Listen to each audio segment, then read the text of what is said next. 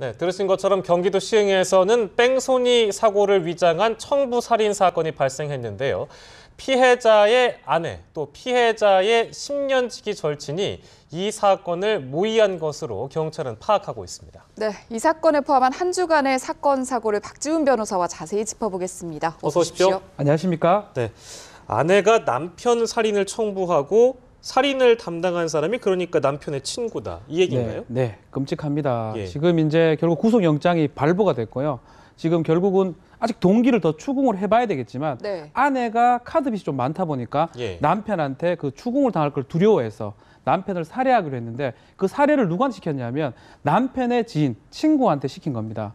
그 시켜가지고 뺑소니로 위장을 하고 아내 같은 경우는 그 범행 장소까지 일부러 차를 몰고 같이 갑니다. 네. 가서 잠시 좀 담배 피고 오거라 하면서 담배 피러 나간 사이에 그 이제 그 친구분 지인이죠. 손모 씨가 치여버리고 그리고 뺑소니로 위장을 했는데 예. 결국 CCTV나 이런 걸 보고 경찰이 이제 발각한 것이죠. 네, 사건 단서 어떻게 잡았는지 좀 더 자세히 설명해 주세요. 경찰이 이제 예. CCTV를 봤을 때 단순 뺑소니로 사실 처음에는 파악을 했는데 예.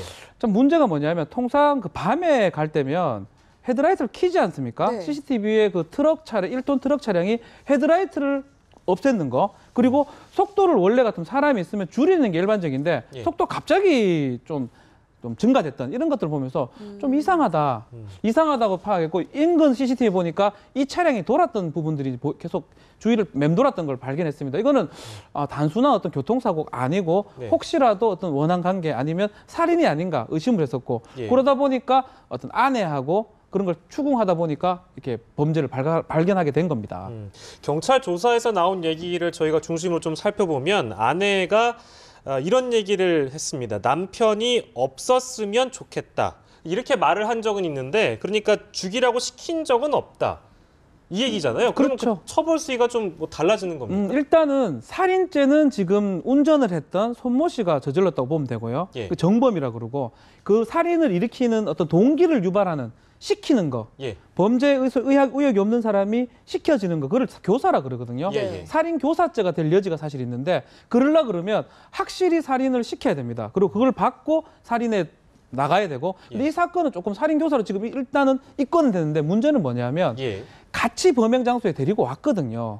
한편으로는 살인 교사 말고 같은 살인죄 공범이 될 가능성도 있어 보이고요. 예. 그렇지만 중요한 부분은 동기 부분을 좀 더 추궁을 해봐야 됩니다. 지금 동기는 뭐냐면 카드비 때문에 그 추궁 당할까 봐 두려웠다라는 건데 그러면 왜 그 손 씨한테 그걸 시켰으며 손 씨는 그 얘기를 듣고 왜 범죄 행위에 나갔는지 그런 동기들이 조금 맞아떨어져야지 살인죄의 공동정범이 되든 살인 교사가 되든 확인이 가능한 걸로 보입니다. 네, 지금 용어를 좀 헷갈려 하시는 분들이 계실 것 같아서 정리를 다시 해보자면 아내는 살인 교사고 친구는 살인죄 혐의를 그렇죠. 갖고 있는 거죠? 직접 운전해서 사람을 친 사람은 살인죄고요. 예. 그 살인을 하도록 시킨 사람은 살인교사죄가 되고 우리 형법에서는 교사가 되든 정범이 되든 형이 같습니다.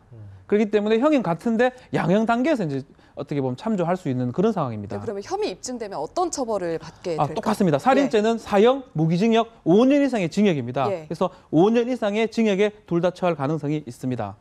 네. 알겠습니다. 저희가 다른 사건도 얘기를 좀 해보겠습니다. 부천 초등학생 시신 훼손 사건. 일단은 경찰이 살인죄를 적용해서 검찰에 송치를 했는데요. 살인죄를 입증할 수 있는 어떤 우리가 증거라고 해야 될까요? 고의성 여부 이거를 지금 따져봐야 되는 거죠? 쉽지가 않습니다. 예, 예. 일단은 경찰에서 검찰로 송치를 그렇게 했는데 확실한 부분은 폭행 부분이거든요. 예. 폭행은 이제 어떤 뭐 외상도 있을 뿐더러 폭행을 본인이 했다고 이제 자백을 했기 때문에 예. 폭행을 자백한 거지 죽일 의도가 있었다는 걸 자백한 건 아닙니다. 그렇다면 폭행을 했는데 결과론적으로 사망의 결과가 발생했다면 폭행치사죄가 되는 겁니다. 예. 그래서 폭행치사는 사실 어느 정도 입증이 됐다고 볼 수 있는데 처음부터 죽일 의도가 있었냐 없었냐는 사실은 이 형사재판 과정에서 어떻게 보면 놀라야 될 여지가 있는데 다만 이제 부작위의 살인죄가 있습니다. 예. 만약 폭행을 했는데 아이가 좀 안 좋은 상태로 누워 있었다. 컴퓨터 앞에 누워 있다 그러는데 그런 누워 있는 상태라면 부모라면 아이를 조금 빨리 병원에 옮겨서 그런 목숨을 구할 의무가 있는 거거든요. 예. 그 의무를 다하지 않았다면 부작위에 의한 어떤 일을 하지 않음으로써 성립하는 부작위한 살인죄가 성립할 가능성이 있고 예. 뭐 그런 부분은 검찰에서 법리 검토를 좀 할 걸로 보이고 뭐 제 생각에는 조금 주의적으로는 살인죄로 기소를 하고요. 예. 뭐 혹시나 안 될 수 있으니까 예비적으로 폭행치사죄로 기소를 하면 조금 문제가 없어 보이긴 합니다. 네, 이번 사건이 울산 계모 사건과 많이 비교가 되고 있는데 이 계모 같은 경우는 징역 18년형을 선고받았고 이번 같은 경우는 살인의 고의성이 입증되면 최대 형량을 어느 정도까지 예상을 해볼 수가 있을까요? 일단 울산 계모 사건은 1심에서 15년형을 받았거든요. 그때는 예. 상해치사죄로 이제 처벌이 됐는데 막 언론에 막 문제가 되고 이러니까 2심에서 살인죄로 바뀌면서 18년형이 선고받았습니다. 네. 그렇지만 조금 너무 약한 게 아닌가 이런 얘기를 많이 했었고요. 예. 그 후에 아동 뭐 학대범죄 특례법이라든지 많은 법이 바뀌었습니다. 이번 사건은 사실은 그보다 나쁜 게 뭐냐면 시신 훼손 부분이 있습니다. 네. 그리고 부모, 엄마, 아빠가 다 같이 그런 행위를 했기 때문에 요번보다 더 나쁘게 보고 대법원 양형 기준을 봤을 때 만약 살인죄가 적용된다고 가정하면 이게 만약 아주 동기가 아주 잔혹하고 이렇다면 30년에서 35년 그 정도가 기본이 되지 않겠나 싶고 가중이 될 수도 있고 뭐 또 사체 유기 부분이 훼손 부분이 있기 때문에 더 가중될 걸로 보입니다. 예, 저희가 다음 사건은 준비한 리포트를 좀 만나고 돌아오도록 하겠습니다. 여성의 몸을 몰래 이제 카메라로 찍었다 하더라도 노출이 없는 옷차림이라면 무죄라는 대법원의 판단이 나왔습니다. 네, 성적 욕망이나 수치심을 유발하지 않기 때문이라는 건데요. 여러분의 생각은 어떠십니까? 이재동 기자입니다. 2014년 무용 강사인 20대 여성 A씨는 함께 엘리베이터를 탄 한 남성의 수상한 움직임을 눈치챘습니다. 28살 유모 씨가 휴대전화 카메라로 자신을 몰래 찍고 있었던 겁니다. 그러나 한밤중 아무도 없는 상황에서 이를 따지기가 겁이 난 A씨는 일단 집으로 몸을 피한 뒤 유씨를 경찰에 신고했고 유씨는 결국 성폭력 처벌법 위반 혐의로 재판에 넘겨졌습니다. 그런데 1, 2심의 판단이 엇갈렸습니다. 1심은 당시 피해 여성이 노출이 없는 옷을 입고 있어 성적 욕망이나 수치심을 유발할 수 없었다며 무죄로 2심은 비록 노출 없는 의상이라도 촬영 의도 등을 고려한다면 유죄로 인정할 수 있다고 엇갈린 판결을 내놨습니다. 대법원의 판단은 1심과 같은 무죄였습니다. 대법원은 얼굴을 제외한 상반신 전체를 몰래 촬영한 유 씨의 행동이 불안감과 불쾌함을 유발하는 것은 분명하다면서도 사람의 시야에 통상 비치는 부분을 그대로 촬영했고 노출된 신체 부위가 없는 만큼 성적 욕망이나 수치심을 유발한다고 보기는 어렵다고 결론 내렸습니다. 즉 일반적인 사진에 성폭력 처벌법을 적용할 수는 없고 여성을 몰래 촬영한 행위를 금지하는 법이 없어 처벌이 어렵다는 것. 유 씨는 A씨 말고도 40여 차례 다른 여성들을 찍었지만 같은 이유로 법원은 모두 무죄를 선고했습니다. 연합뉴스TV 이재동입니다. 네, 대법원이 그러니까 무죄 취지로 이 사건을 파기환송했다. 이런 내용으로 저희가 정리를 해볼 수 있겠는데요. 일단 이 판결은 어떻게 저희가 봐야 될까요? 이게 이제 성폭력 범죄의 처벌 등의 특례법, 이른바 몰카 촬영을 처벌할 수 있게 돼 있는데 예. 이게 계속 오락가락합니다. 예. 전신을 찍으면 괜찮고 예. 부위를 찍으면 안 되고 부위 중에 어떤 부위는 되고 어떤 부위는 안 되고, 예. 저도 헷갈립니다. 잘 모르고 법관에 따라서 좀 달라지는 것도 있는데 네. 가장 궁극적인 문제점은 법 규정에 좀 문제가 있는 걸로 보입니다.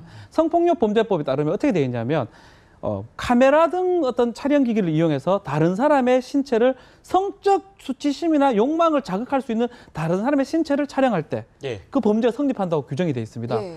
그래서 만약 성적 욕망 이 얘기가 없다면 사실은 큰 문제가 없는데 성적 욕망은 사람마다 좀 다르거든요. 예. 그러니까 전체 전신이라면 욕망이 안 일어난다 볼 수 있고요. 네. 어떤 특정한 부위는 욕망이 일어난다고 볼 수 있기 때문에 네. 법원에 따라서 또 법관에 따라서 달라질 것 같고 예. 특히 이번에 대법원에서 파기환송한 이유는 뭐냐면 이게 전반적으로 봤을 때 전신을 또 찍은 거고 옷 예. 입은 걸 찍은 거기 때문에 이거는 불쾌하긴 하지만 성적 수치심은 야기될 수가 없다. 그렇기 예. 때문에 무죄 취지로 지금 파기환송한 겁니다. 글쎄 뭐 지금 들으면서도 좀 법 규정이 정리가 안 돼서 그런지 몰라도 저도 지금 헷갈리는데요.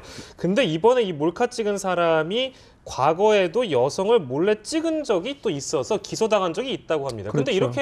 이런 경우에는 좀 법 규정을 엄격하게 적용하면 안 되는 겁니까? 우리 이제 제형 법정주의라는 게 있습니다. 예. 암만 나쁘고 참 나쁜 사람이라 하더라도 법에 있는 것만큼만 처벌하는 거고. 예. 그래서 이 법 자체를 사실 바꾸지 않는 이상은 성적 수치심, 욕망을 야기 사진을 찍는다 해서 무조건 처벌하는 게 아니고요. 예. 찍는데 그 찍는 동기가 뭐냐면 이 사람 입장에서는 성적 욕망을 좀 받기 위해서 하는 그런 경우가 돼야지만이 처벌을 할 수가 있고 예. 대법원 그래서 통상 50몇 장을 최근에 사례도 50몇 장을 찍었는데 10몇 장은 무죄고 뭐 20몇 장은 유죄고 이렇게 판단되는 경우도 있습니다. 사진에 따라서 어떤 사진은 유죄고 어떤 사진은 무죄다. 그래서 결국은 이게 보는 사람 입장에서 달라지고 예. 그러니까 법조문을 좀 바꿔야 될 필요가 있는 게 아닌가. 왜 또 이런 얘기 하냐면 예. 예전에 이 법규를 만들 때는 카메라 기능 같은 게 많이 쓰지를 못낸 때 만들었는 거거든요. 지금은 스마트폰 다 갖고 있습니다. 예. 다 갖고 있고 SNS에서 금방 이거 올리면 사회적 문제가 커집니다. 예. 그렇기 때문에 남의 뭘 말아 찍습니까? 싫어하는데 그 찍는 것 자체를 아예 처벌한다고 규정해 놓으면 이런 논란이 없을 건데 예. 성적 욕망, 수치심 요게 규정이 돼 있기 때문에 자꾸 법원에서는 헷갈리는 걸로 네, 보입니다. 오락가락한 규정을 좀 바로잡아야 한다는 목소리는 계속해서 높아질 것 같고요. 또 다른 소식을 좀 짚어보겠습니다. 인터넷에서 오명균 수사관으로 화제가 됐던 보이스피싱범 유모 씨와 이 조직의 한국인 총책 모두 검거됐다고 하는데 어떻게 검거가 되는지 궁금합니다. 이게 보도된 게 기억이 나실 수 있을 겁니다. 예. 2014년 연말에 우리나라에 놀러 온 사람이 있습니다. 예. 한국에 오고 싶은데 그 사람이 알고 보니까 보이스피싱 총책이었습니다. 그 사람을 검거함으로써 밑에 있는 점조직을 다 잡은 겁니다. 그래서 이제 오명균이라고 아주 유명한 우리 인터넷에 뭐 오명균이 아마 많은 하니까 분들이 보셨을 거예요. 여자가 또 전화하셨습니까 이러면서 예. 뭐 서로 웃고 이래 가서 50만 조회 이상이 된 아주 유명한 그래서 오명균이라는 사람이 아주 유명한 인사가 됐는데 네. 이 오명균이라고 지칭했던 유모 씨가 28세거든요. 요번에 지금 검거가 된 겁니다.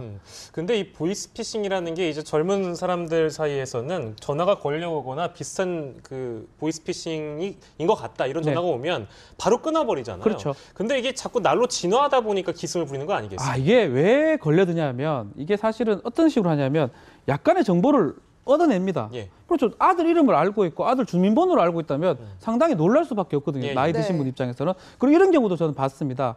일부러 어떤 무슨 설문조사 한다 해가지고 그 사람 설문조사를 하면서 주민번호하고 전화번호를 받은 다음에 이 사람들은 강의 장소로 데리고 가고 부모님한테 전화를 하는 겁니다. 그러면 전화를 못 받죠. 전화를 끊어라 그러면. 네. 그러면 납치당했다고 쏘을 가능성도 있는 거거든요. 아주 머리가 진하게 하기 때문에 예. 사실 젊은 사람들도 당하는 경우도 많고요. 예. 나이 드신 분들도 당하는 경우가 많고 사실 이런 뭐 돈 달라고 이런 얘기 나오면 바로 끊는 게 좋고요. 제가 봤을 때는 내 개인 변호사가 있으니까 개인 변호사 바꿔주겠지만 없겠지만 예. 그런 식으로 조금 기지 있게 좀 헤쳐나가는 게 필요하다 생각이 듭니다. 예, 네. 알겠습니다. 다양한 사건, 사고들 박지훈 변호사와 함께했습니다. 오늘 소식 여기까지 듣겠습니다. 고맙습니다. 고맙습니다. 감사합니다.